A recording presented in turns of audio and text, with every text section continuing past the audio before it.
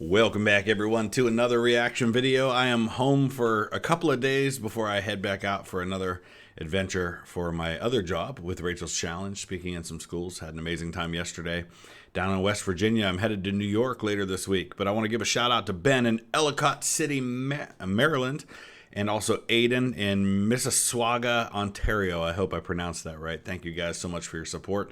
Checking out a channel we haven't looked at before. It's called General Knowledge, and this particular video is called How Did Each U.S. State Get Its Name? I actually stumbled upon their channel when I was looking for something to do on the history of Bavaria. I haven't watched that video yet. I'll probably do it as a reaction for the channel, but I'll be in Bavaria in a few weeks on our tour that many of you are going along with, so I'll probably do that one at some point. But I saw this one, thought it might be fun to talk about how each U.S. state got its name, so the link is in the description as always. Let's go ahead and dive in.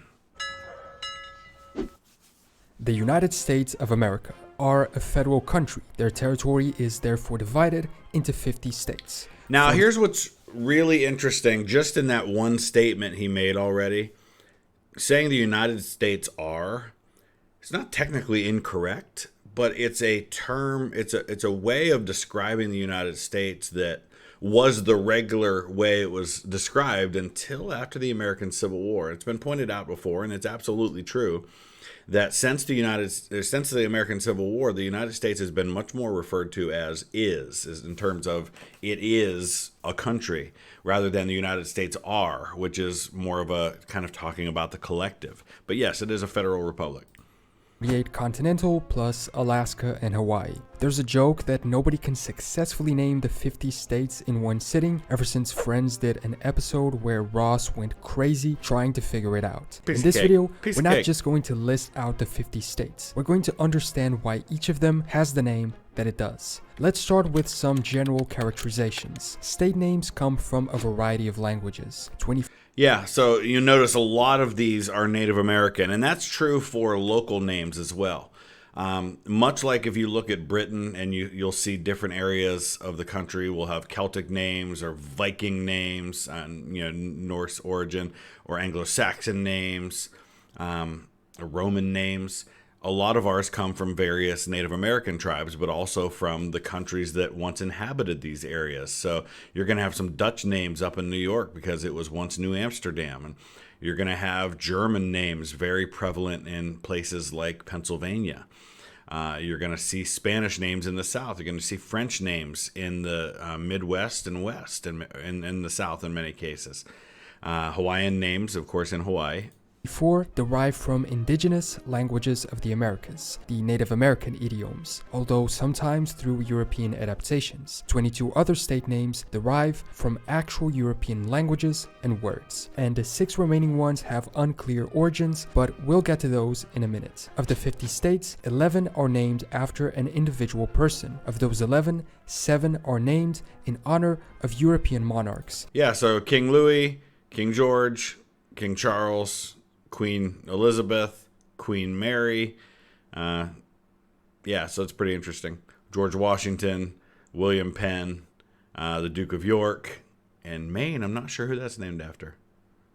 The 2 Carolinas, the 2 Virginias, Maryland, Louisiana, and Georgia. Over the years, several attempts have been made to name a state after one of the founding fathers or other great statesmen of U.S. history. The state of Franklin, Jefferson, Lincoln, and Washington, with only the last one becoming a state name. The origin of the names vary a lot, depending on each state, as we'll see now, but there is a somewhat common pattern in many of them, having the initial origin in a native tribal group of the region that led to the naming of a local river, then to a colonial territory that shared the name with the river, and then transitioning into statehood. So now let's go one by one and understand the known or predicted origin of each state. I posted timestamps in the description, by the way, so if you want to skip ahead to a specific state, you can use that. I like a lot how he introduced all of that, kind of instead of just going one by one through the states, kind of giving some of those general overall characteristics. And you could do the same kind of analysis on local place names. Here in Northeast Ohio, I've mentioned before, we have a lot of Connecticut names because we were once part of the Connecticut Western Reserve. And how you come up with that is if you kind of draw a parallel, you can see here that the northern border of Connecticut and Rhode Island is in line with the northern border of Pennsylvania. So to the south of that, this kind of northern chunk here, this chunk right here that's right in line with Connecticut is the area that became the Connecticut Western Reserve. Starting with the two non-contiguous states. Alaska's name comes from a native language, Aleut, spoken in this chain of islands. They use the word Alasksak, which I'm mispronouncing, to describe the meaning of mainland, or if we literally translate it, the object towards which the action of the sea is directed. That's really interesting. So the Aleutian Islands are right here. That's what we call those. And so they were the ones who gave the name to their mainland. That's pretty interesting. So the place where the waves hit, I guess. Alaska was first colonized by the Russian Empire, who then sold it to the United States. And this native word, Alyaska, the name the empire baptized their colony with in the year 1666. Wow. Hawaii's I didn't realize the Russians were there that early. That's pretty fascinating.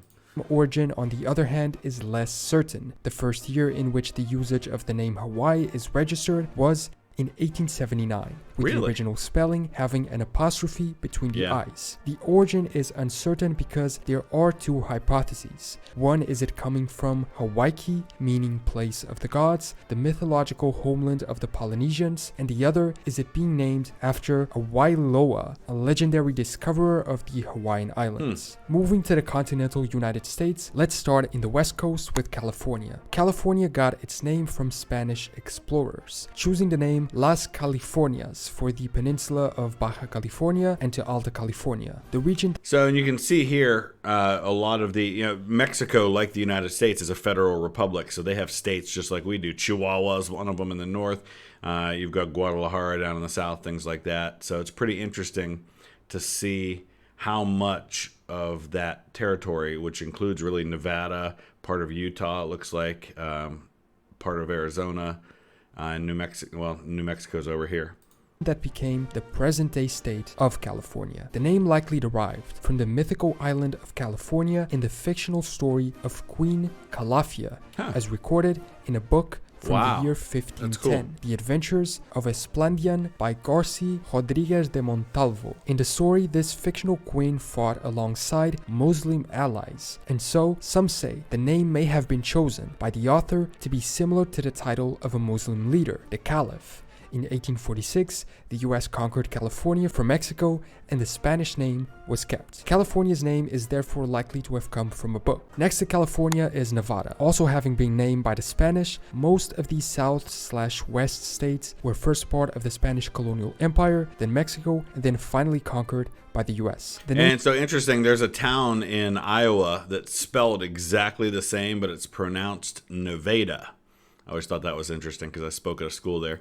Sort of means snow-covered and comes from the local mountain range Sierra Nevada. Then Arizona. The state's name appears to originate from an earlier Spanish name, Arizonac, which derives from the O'odham name Alisonac, meaning small spring. O'odham was a native language, although some point out that the Basque language spoken in northern Spain also has the phrase Aritz Ona, which means the good oak. It's always been interesting to me how many of these names derive from something that is similar but not exact. It's like how it sounded to other people, right? Like none of these are just straight Arizona. They're close to Arizona, but it kind of evolved from that.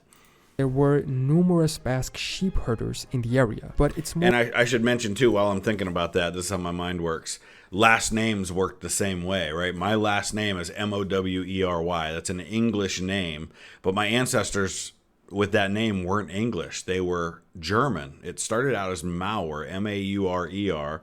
Somewhere along the way, after they came from Pennsylvania to Virginia, it became Maury, which is how it's pronounced to this day. My cousins who live in Kentucky, which is where my family kind of settled in the early 1800s, pronounce it Maury. And in a lot of the early records, it's Maury. But then along the way, it became Mowery, and then the E got added. And it's just interesting to see how things evolve like that based on how it sounds. more likely that the origin is the native word. Apparently, there is a misconception that the state's name originated from the Spanish term árida zona, meaning arid zone. This is considered a case of folk etymology and is not accurate, but if there's no official record, who knows? Further north is Oregon. The name origin of Oregon is disputed and therefore unknown. There are 4 options, it having Spanish, native, Portuguese, or French origin. The Spanish could have named it after the word oregano, referring to a plant which grows in the southern part of the region, after a stream in Spain called the Arroyo del Oregón, or after the term orejón, meaning big ear, with the J then turning into a G. The native origin possibility is evident in a 1765 petition to the British king. Robert Rogers, an American colonial frontiersman, wrote, and from then... I feel like, to me, just my gut tells me that one makes the most sense. The river called by the Indians Oregon. In 1904, the local Sunset magazine argued the name came from a Portuguese explorer who had named it Of Agua, meaning hearing water, Seems after the sound the waterfalls made, with that name then being adapted to Oragua and then Oregon. This one seems kind of a stretch, to be honest. Or the French possibility, where the name would come from the spelling of a local river as Waricon, although this would likely be an adaptation of the native name we saw in the second option. I'd go Above with the Oregon native name. is the state of Washington. This one is pretty straightforward. All we need to do is look at the flag. It's named after George Washington, whose surname was, in turn, derived from the town of Washington in the historic county of Durham, England. Oddly, the territory was to be named Columbia after the Columbia River, but they found the name too similar to the District of Columbia, the national capital, which itself contains a city named Washington. So what's the difference? City named Washington, and so Washington became the only state named after a US president. To the east is Idaho. The name was initially proposed for the colonial territory of Colorado after a supposed native term, but when people realized the native term didn't exist, they abandoned the idea. However, it was too late. Years later, it fell into common usage and ended up being proposed for the actual name of the territory. An alternative... So congratulations, Idaho. Your name comes from nothing. It comes from a made-up word. That's awesome. Etymology attributes the name Beautiful to the Apache state, though. word Idahe, which means enemy. An Apache term was also used by the Spanish to name Utah. Utah, but with a Y, from the Apache term Yuda, was the Spanish designation for the local people, which meant high. That's interesting, because I always thought that Utah was from the Ute Native American tribe. Interesting. Becoming part of the US, the term was adapted into English, becoming Utah. Back south, New Mexico. This one is pretty straightforward too, from the Spanish Nuevo Mexico, meaning the new. I should mention too, and I keep pausing and going back to things, Utah was originally, part of this larger settlement of Mormons who went west. The Mormons start in New York, they go to Ohio, up around Kirtland near Cleveland, they end up in Illinois, and they keep moving west, and they kind of create their own little enclave called Deseret. But it ends up being Utah. And, of course, New Mexico, we've talked about this before. I love your flag, and it's a beautiful state as well. Mexico. In turn, the name Mexico comes from the Nahuatl native language, which referred to the Aztec people who founded the city of Tenochtitlan. Colorado was also named by the Spanish in 1743. It roughly means colored, but in this case it meant ruddy or red, originally referring to the Colorado River and its muddy color. Wyoming gets its name from the Wyoming Valley in Pennsylvania, which itself got its name from a Munsee word, another native language. This one, which I'm not even going to try to pronounce, and it literally meant big river flat. Montana is again super straightforward. Mountain. It means mountain in Spanish. Montaña del Norte was the name given by the early Spanish explorers to the entire mountainous region of western North America. It was proposed by the US government for the territory that ended up becoming Idaho. But so the northern mountains, basically. So that makes a lot of sense. Changed as they thought it had no meaning, only to be proposed in 1864, once again, for what is now Montana. There were some complaints, again, especially because it was somewhat misleading, since Montana itself is not that mountainous, and the name of Shoshone, a native tribe... I wouldn't say it's not mountainous, because the first time I flew into Montana, I flew into this area here, and they definitely had some mountains. I mean, we call the Appalachians mountains in the east, and some of those ones in Montana are every bit as tall, if not taller, than what we have in Pennsylvania and Virginia with the Appalachian Mountains. was proposed, but the Committee of Territories ignored it and stuck with Montana. North and South Dakota have the same name minus the geographic indicator, named after the Dakota Sioux Native American tribes. Dakota Sioux, I get he's not a native English speaker, and so he's kind of sounding it out, so that makes sense. But there were the Dakota Sioux, the Lakota Sioux. The Sioux were a larger group within which there were smaller bands of various Sioux tribes. And Dakota is actually also a word in the language of these people, literally meaning allies or friends. Nebraska's name comes from the native Chiwer, specifically the word Nebrask, which literally means flattened water. It was first chosen as the name for the Nebraska River and then for the territory and state. I have to be honest, I was not aware so many states had a native origin in their names. Kansas is named after the Kansas River, which in turn was named after the Kansas Native Americans who lived along its banks. Tribe's name is often said to mean people of the South Wind, although it's so fascinating to me too, and I love the fact that we have all these Native American tribal names for our states and for our counties and our towns and our rivers, considering how poorly the natives were treated by Europeans as we encroached on the land and kind of spread west with Manifest Destiny. I'm glad that at the very least that their heritage has lived on in the names of the places they once lived.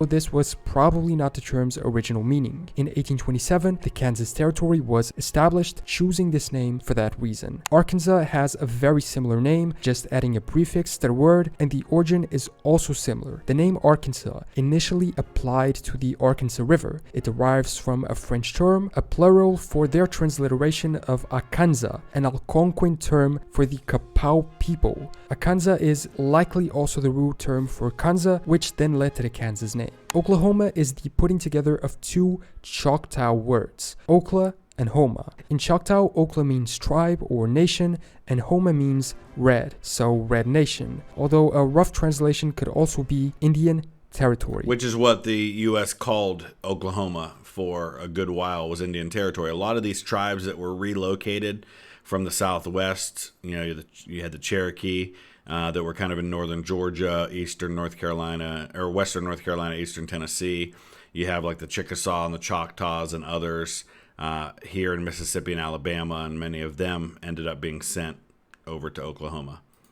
Moving on to the biggest state of the continental 48, Texas. Texas's name origin is in the word Taisha, which means friend in the native Caddo language. Oddly enough, during Spanish colonial rule in the 18th century, the area was briefly known as New Philippines, given that the Asian country was at the time also a Spanish colony. How weird would it be if that had stuck around? And Texas. And I always assumed that Texas had a Mexican or a Spanish origin for the name.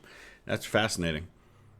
Was similarly to New York or New Jersey, now called New Philippines. Louisiana is again very straightforward, as was evident on the thumbnail of the video. It was named after Louis XIV, King of France from 1643 to 1715. When René Robert Cavelier claimed the territory for France, he named it La Louisiane. So roughly, Louis plus Yann carries the idea of related to Louis or land of Louis. Once part of the French colonial empire, the Louisiana Territory stretched from the Atlantic coast in the south to just north of the present-day Canada border. The territory was sold by the French to the United States in 1803 for $15 million.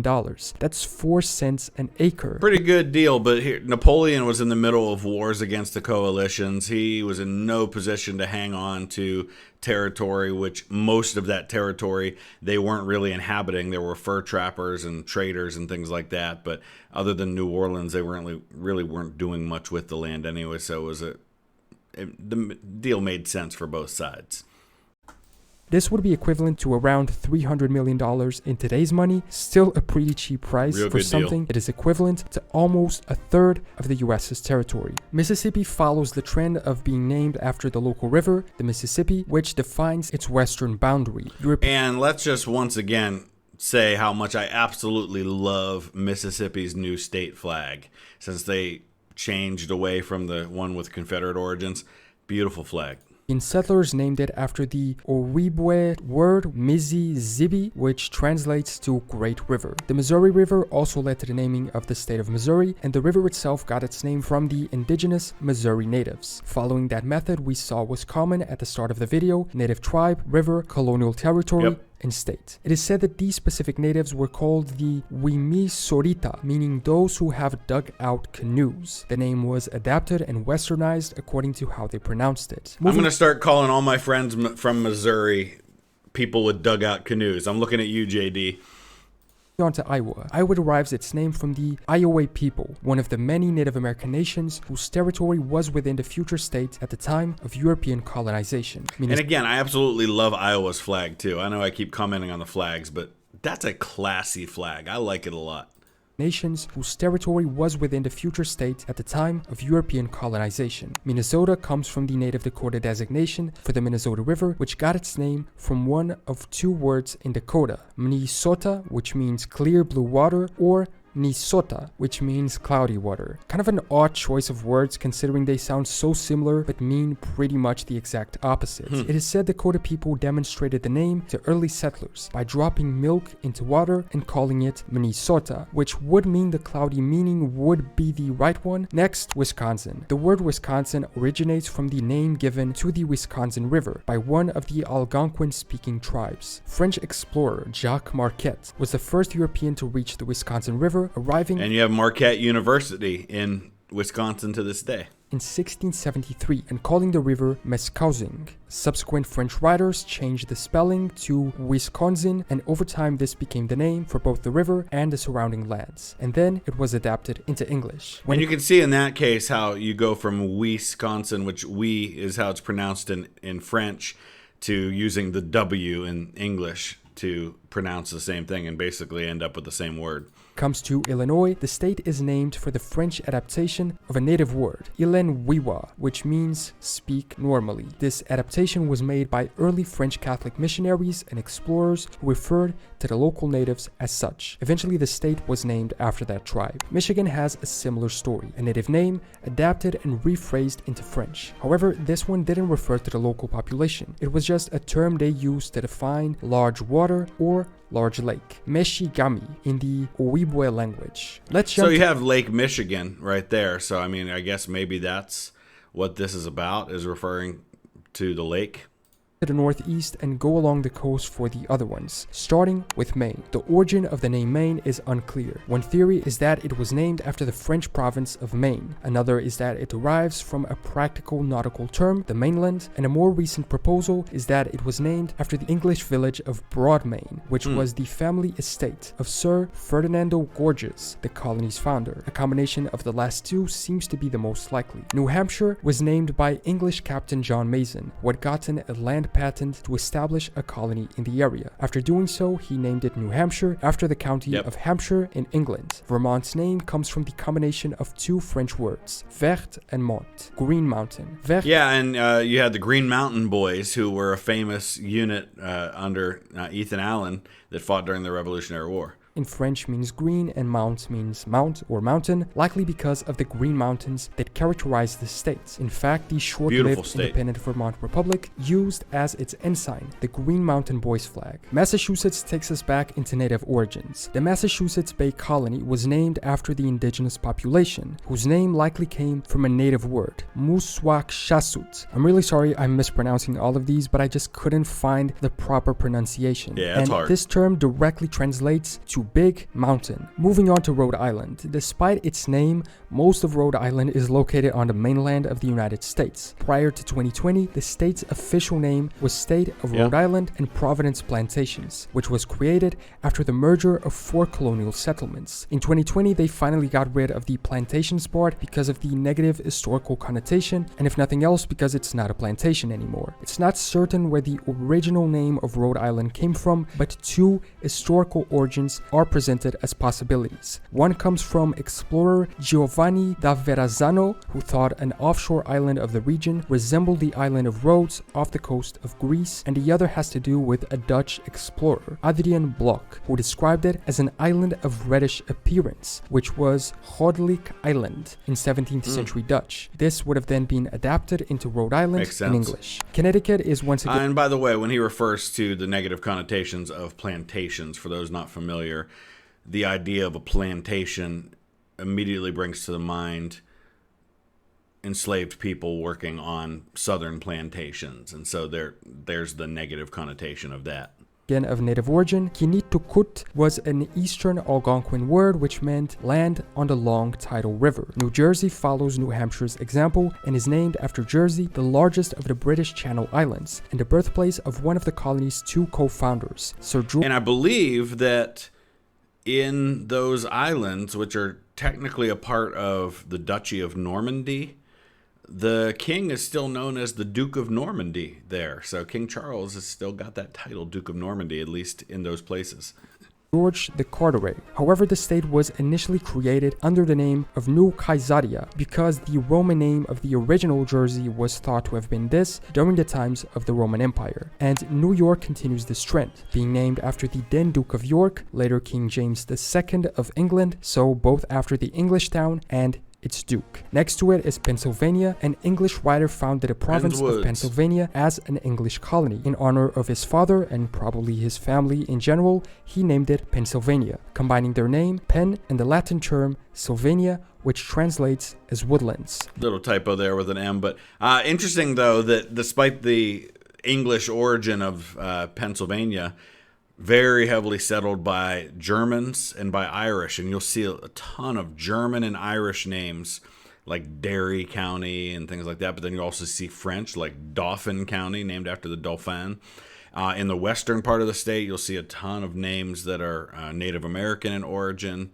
It's really kind of a mix of all kinds of different names that come from different places. Delaware gets its name from the Delaware River. The river itself was named after Lord Delaware, who was the first Governor General of the colony of Virginia. And Maryland, named by George Calvert, the first Baron of Baltimore, after Queen Henrietta Maria, wife of King Charles I of England. Although some Catholic scholars believe the Baron named the province after Mary, the mother of Jesus. Yeah. Virginia was the first Typically, that's how I've always heard it, was that it was named after Mary, the mother of Jesus, and it was, kind of founded as a Catholic colony.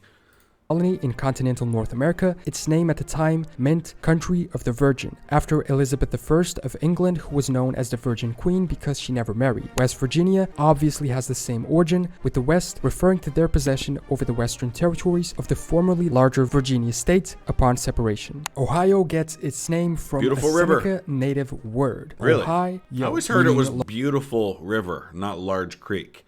I'm very curious about this. Yeah, so I guess there's some debate about this, but according to the U.S. Department of the Interior, which actually has a list of the origins of all of the names, it says it's from an Iroquois Indian word meaning beautiful river, taken from the river of the same name. But as I'm looking at these other ones, it seems like most of the other ones that he has are exactly what they were, but like Utah right here, taken from the Ute Indians, but the origin of the word is unknown. So when he referred to Utah coming from somewhere else, maybe that's where the Ute Indians also got their name. But yeah, most of these other ones definitely look like they're the same as what he told us. So interesting.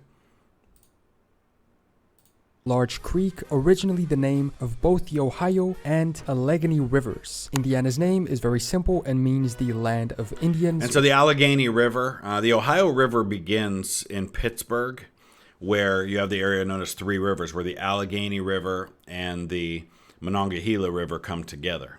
And they merge in together there, and then that begins the Ohio River, which runs all the way along here until it runs into the Mississippi at Cairo, Illinois.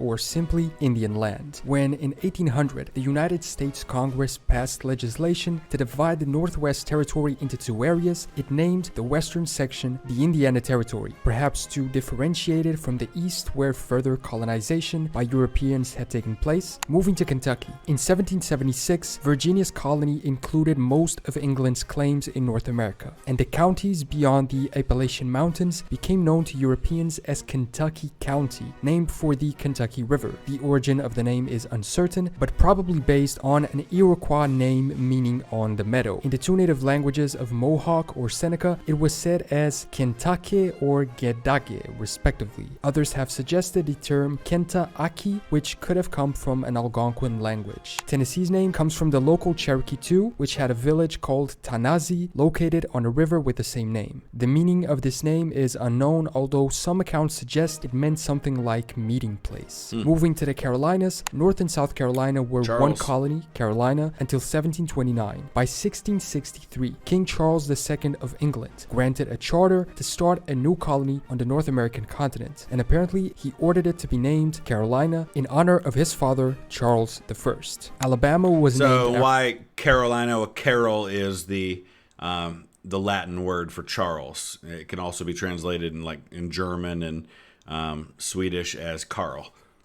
after the Alabama River, which in turn was named by the Europeans due to the native Alabama tribe. In the native language, the word for a person of this specific native lineage is also Albamo. Georgia was named after British King George II. It is the feminine Latin form of George. It was also a reference to Saint George, whose name was derived from the Greek word Georgos, meaning farmer, from ge, which is earth, and ergon, which is work. And the country of Georgia, I believe, is named after St. George.